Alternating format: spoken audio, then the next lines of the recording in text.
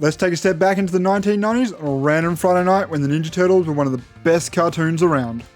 And a few live action movies that were really bad and really good at the same time somehow. But you've just gotten your copy of Teenage Mutant Ninja Turtles Turtles in Time for the Super Nintendo. It's time to grab a pizza from Pizza Hut, sit down with your mates, and beat this game in one night. I'm currently on a mission this year to go back and complete all the games I used to play as a kid. I got a massive backlog of childhood games, and this one was one of the original games I ever played. So I'm very excited to get stuck into this one. For those of you who haven't played this game, it's a classic side-scroller where you play as one of the 4 turtles and try and get back the Statue of Liberty that was stolen by Krang. And the turtles decide as a group it's better to just to send one turtle to go fight them, but if you have a friend you can send 2 turtles. I mainly played this game with a friend growing up, so it's going to be interesting to see how this game works as a single player. At the end of every stage you run into a boss from the series, and the first one is Baxter Stockman, who I think has many different variations throughout the actual series, but this is the one I'm best known for when he was mutated with the fly, and this is my favourite version of him. Each time you hit the boss, over time they start to glow red, and eventually once you hit them enough times, they'll just explode. Most of the time in this game you take on a wave of Foot Clan, who are the street level thugs working for Shredder, who is one of the most badass villains in all of cartoons, I think. I think Shredder's definitely my top 10 villains. Yeah, pretty sure it will be. And then each level adds in a different Foot Clan member. Usually they're a different colour and they can do different things, like some have nunchucks, some throw throwing stars. Each level gets a new one. Second boss you run into while you're taking the back streets of New York is Metalhead. Now, I don't remember a whole lot about this guy, but I do remember I had a figure of him when I was younger, and it was a really cool metallic figure. But as an enemy, Metalhead just jumps around, uses extendo arms, extendo kicks, and once you defeat him, he blows up and it's time to enter the sewers. Once you enter the sewers though, it's an auto-scroller level. It's the first one of the game, and I think there's only one more in the game, and this is a lot faster than I remembered. Maybe my reflexes have just gotten worse, I'm not too sure. In this level as well, you fight the pizza monsters, and they come from my favourite episode from the cartoon as a kid. I remember it very much. Like, I think I've watched it 6-7 times as a kid in a row. It was so good. I remember it where Shredder just put these monster eggs on the pizzas, and when April O'Neil microwaved them, they turned into little red aliens and then grew when they hit the sewers. But for some reason these aren't the final bosses of the level. The final boss is the Rat King, and I have no idea who the Rat King is. Never saw him in the cartoon, wasn't in the movies. So yeah, just beat him and moved on. Luckily enough for us, these sewers led directly to the Technodome for some reason. I don't know how that works, but I'm glad we're there. And this has 2 bosses. This is the only level I think in the game where it has 2 boss sections.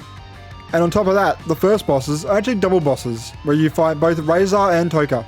And if you don't remember those names, they were the guys from the live action movie that their weakness was donuts for some reason. And they were part of the reason why the movie wasn't very good. They looked cool and scary as a kid, but that doesn't hold up right now, does it? But when you beat these guys, they are transformed back into their animals, so the turtle and the dog.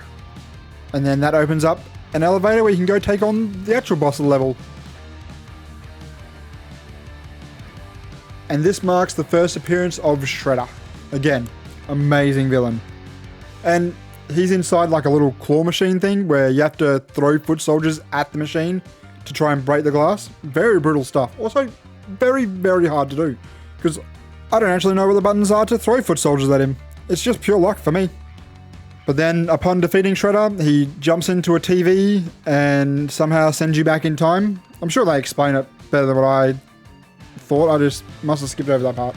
Anyway, off we go back in time. This is the first level where you get to fight the Rockmen, or the Rock Soldiers. Not sure what they're actually officially called, but they're Krang's thugs, I guess. They're his version of the foot soldiers. And this level's boss is a prehistoric turtle named Slash, who I've only ever seen in this game. I've never seen any figures or anything of him from back then. I've seen some now, but not back then. He's also my least favourite enemy because he's so tough. He jumps around, he's quick, he slashes you from a distance, pun intended, and he's just hard to deal with. I died a couple times. So instead of some little backstory about this one for me, I might just ask you guys to consider liking and subscribing the video.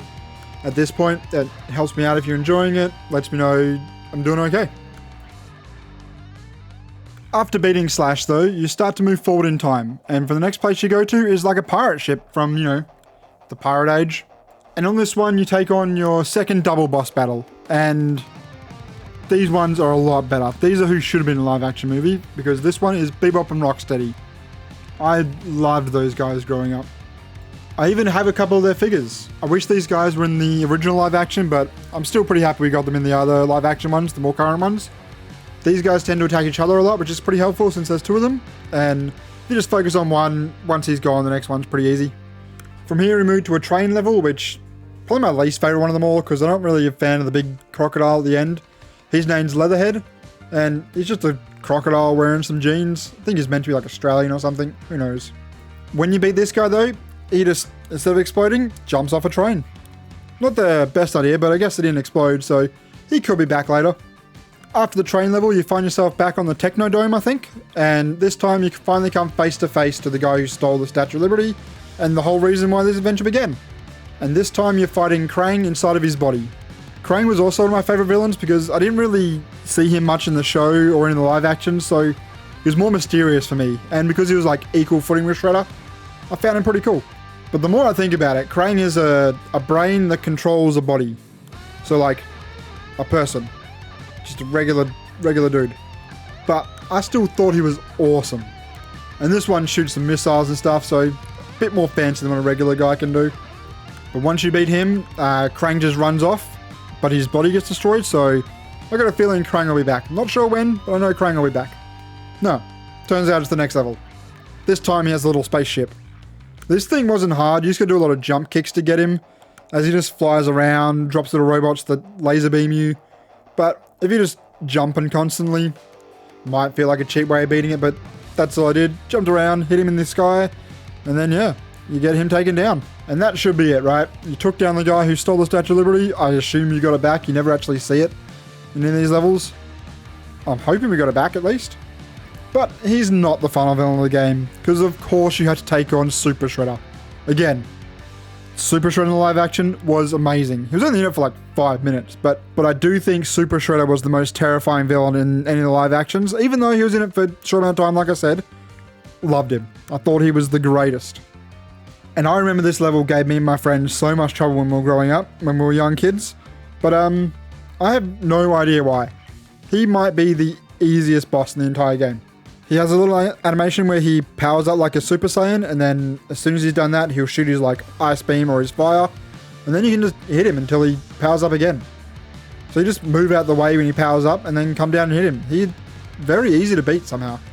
I don't know why this took me so long as a kid. And there we have it. That's my experience with Turtles in Time. It was a fun game, and I loved going back to it. It only took about an hour or so to beat. I would definitely recommend going back to it if you have any nostalgia for this game.